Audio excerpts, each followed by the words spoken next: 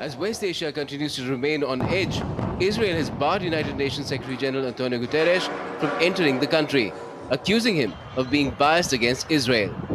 Israeli Foreign Minister Israel Katz declared Guterres persona non grata and said the UN chief would be prevented from entering Israel for failing to unequivocally condemn Iran's missile attack on Israel. A day after Iran's missile attack, Israeli Prime Minister Benjamin Netanyahu vowed retaliation. The Israeli military on Wednesday said that regular infantry and armored units are joining its ground operations in Lebanon, stepping up pressure on the Hezbollah. Already battling the Hamas in Gaza, Israel is beefing up its presence in South Lebanon in its conflict with Hezbollah, raising fears that the oil-producing West Asian region could be engulfed in a wider conflict. Iran said that its biggest assault on Israel was over, barring further provocation, but Israel and the United States have promised to hit back. Violence continued on the Israeli-Lebanese border on Wednesday. Israel's addition of infantry and armored troops from the 36th Division suggests that the operation may move beyond limited commando raids. An Israeli team commander was killed in Lebanon and a Lebanese soldier was injured in an Israeli drone strike in southern Lebanon as well. The Israeli military also issued new evacuation orders for around 24 towns along the southern border. Iran's Supreme Leader Ayatollah Ali Khamenei made his first appearance on Wednesday following strikes on Israel the night before. Khamenei made no mention of his country firing missiles at Israel in retaliation on Tuesday for Israel's campaign against Tehran's Hezbollah allies in Lebanon.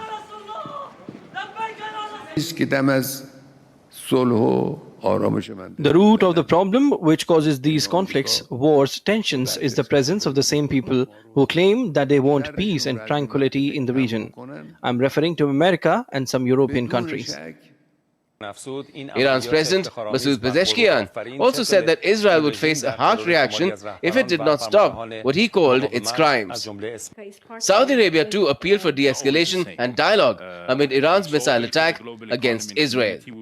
And it's unfortunate, the escalation that we've seen, but I will generally refer anyone who's interested to the Ministry of Foreign Affairs because they are designated to comment on this. However, looking at the global economy as a whole, looking at our region, it is clear that we are operating below our potential. And operating below your potential is operating at a loss. And I think we can't afford to operate as a global economy. British Prime Minister Keir Starmer met European Commission President Ursula von der Leyen in Brussels on Wednesday. The leaders condemned the attack by Iran on Israel. We stand with Israel, recognizing her full right to security and to self-defense. We do need to pull back from the brink and to encourage all parties to find a way to de-escalate and for a political solution to the very many fronts of the crisis in the Middle East. Iran's actions on Tuesday are being seen by a large part of the world as the carrying forward of an enlarging cycle of retribution with no end in sight. Not only Iran, apart from Hezbollah and the Hamas, are bracing for how Israel responds to Tehran's raining down of missiles. The entire world remains on tenterhooks. Even oil prices are streaking higher.